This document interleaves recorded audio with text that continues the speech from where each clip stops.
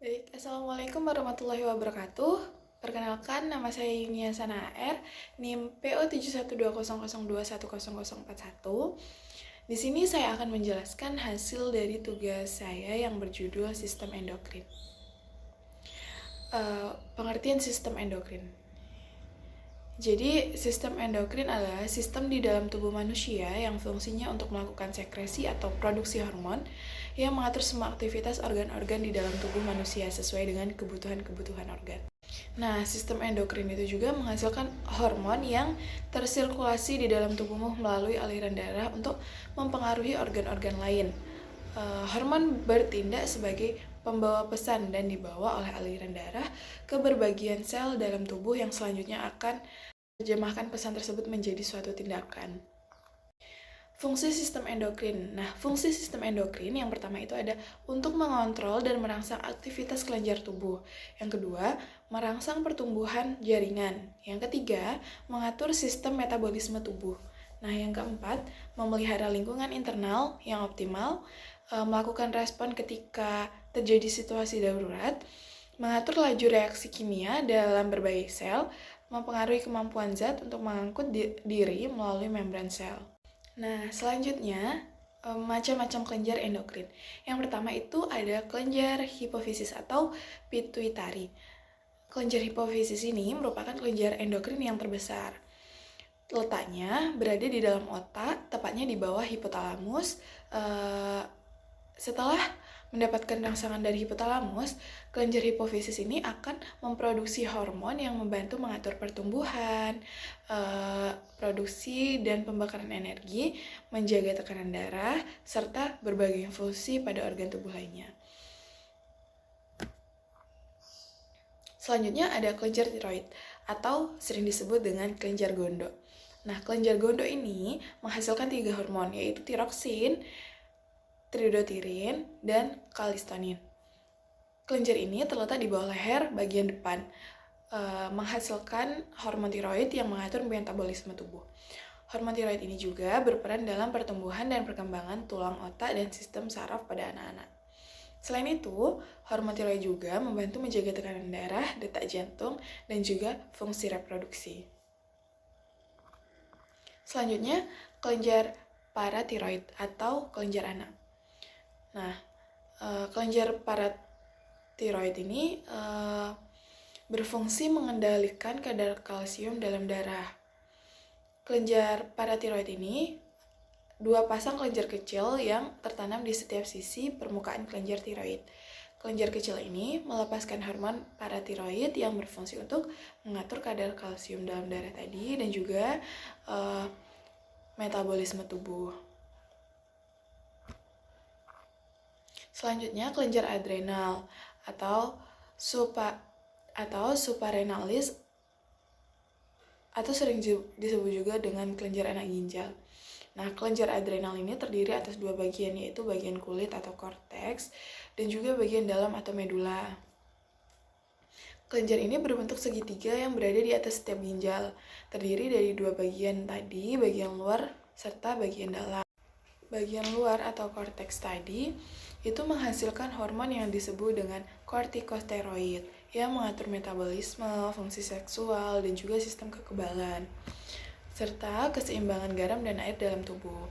Sementara bagian dalam atau medula adrenal tadi, dia menghasilkan hormon yang disebut dengan katekolamin yang berfungsi untuk membantu tubuh mengatasi tekanan fisik dan juga emosional, serta meningkatkan denyut jantung dan tekanan darah. Nah, selanjutnya itu ada kelenjar pankreas. Pankreas ini adalah organ memanjang yang terletak di perut bagian belakang. Pankreas ini memiliki fungsi pencernaan dan hormonal, misalnya pankreas eksokrin yang mengeluarkan enzim pencernaan. Selain itu juga terdapat pankreas endokrin yang mengeluarkan hormon insulin serta glukagon yang mengatur kadar gula darah. Pada organ pankreas tersebar kelompok kecil sel-sel yang kaya akan pembuluh darah. Selanjutnya, kelenjar gonad atau kelenjar kelamin.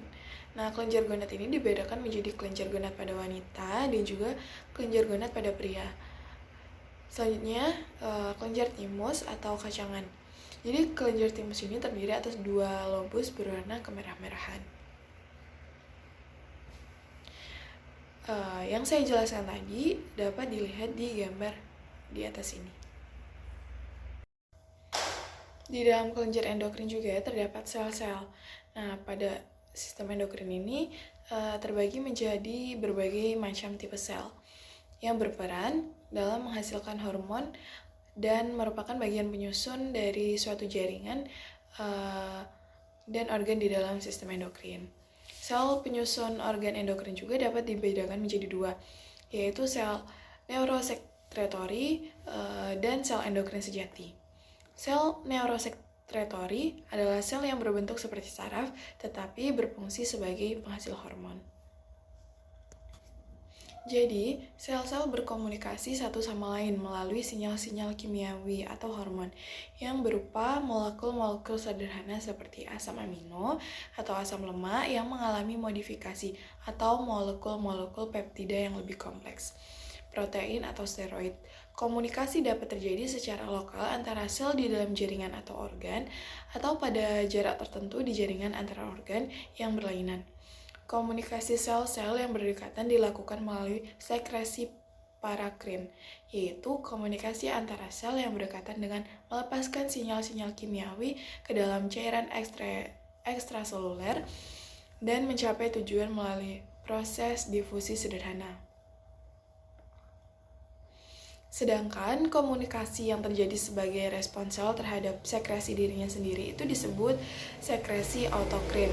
Contoh, sekresi parakrin adalah hormon histamin yang disekresikan oleh muscle dan sel parietal pada lambung sapi akan merangsang pengeluaran asam lambung. Contoh sekresi autokrin adalah prostaglandin dan faktor pertumbuhan yang mirip insulin.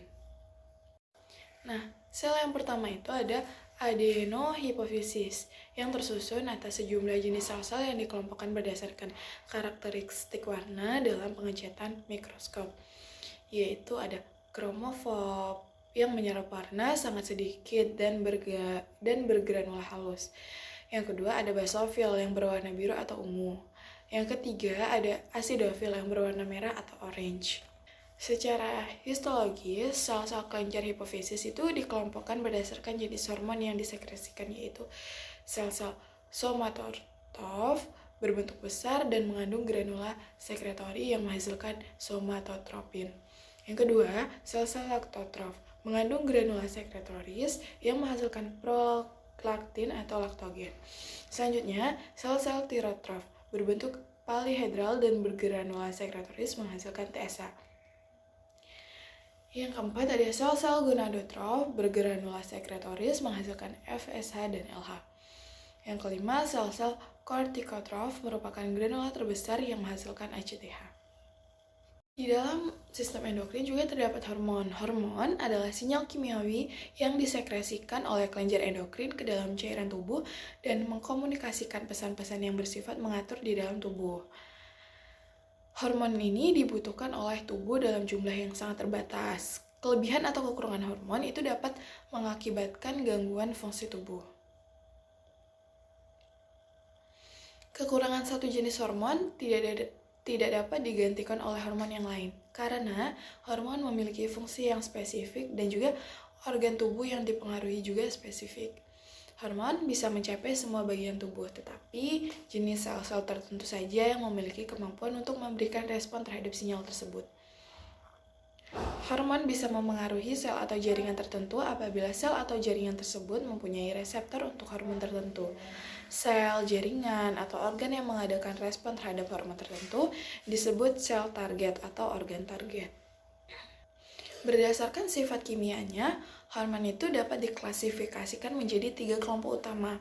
Yang pertama, hormon peptida, diantaranya hormon hipotalamus, angiostensin, somatostatin, gastrin, sekretin, kalsitonin, glukagon, insulin, dan juga parotohormon.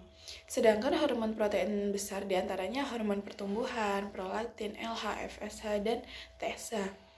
Nah, yang kedua itu ada hormon yang termasuk dalam kategori steroid, ialah testosteron, estrogen, progesteron, dan juga kortikosteroid. Yang ketiga, ada hormon yang merupakan turunan tirosin adalah noradrenalin, adrenalin, tiroksin, dan juga tridotirin. Selanjutnya, mekanisme kerja di hormon. Sistem endokrin ini berfungsi berdasarkan konsep mekanisme umpan balik. Untuk mempertahankan fungsi regulasi yang benar, kelenjar endokrin menerima informasi umpan balik yang konstan tentang kondisi sistem yang diatur, sehingga sekresi hormon dapat disesuaikan. Kadar hormon harus dipertahankan pada batas yang tepat karena jumlah hormon yang tepat sangat perlu untuk mempertahankan kesehatan sel atau organ. Mekanisme kerja hormon pada sel target organ adalah dengan cara menduduki atau berkaitan dengan reseptor. Satu reseptor spesifik hanya dapat berikatan dengan satu jenis hormon saja. Reseptor hormon berada di sitoplasma sel untuk hormon steroid, sedangkan reseptor hormon non-steroid terletak di membran sel. Sekian hasil penjelasan sistem endokrin, kurang dan lebihnya saya mohon maaf. Saya akhiri, wabillahi taufiq wal hidayah. Wassalamualaikum warahmatullahi wabarakatuh. Terima kasih.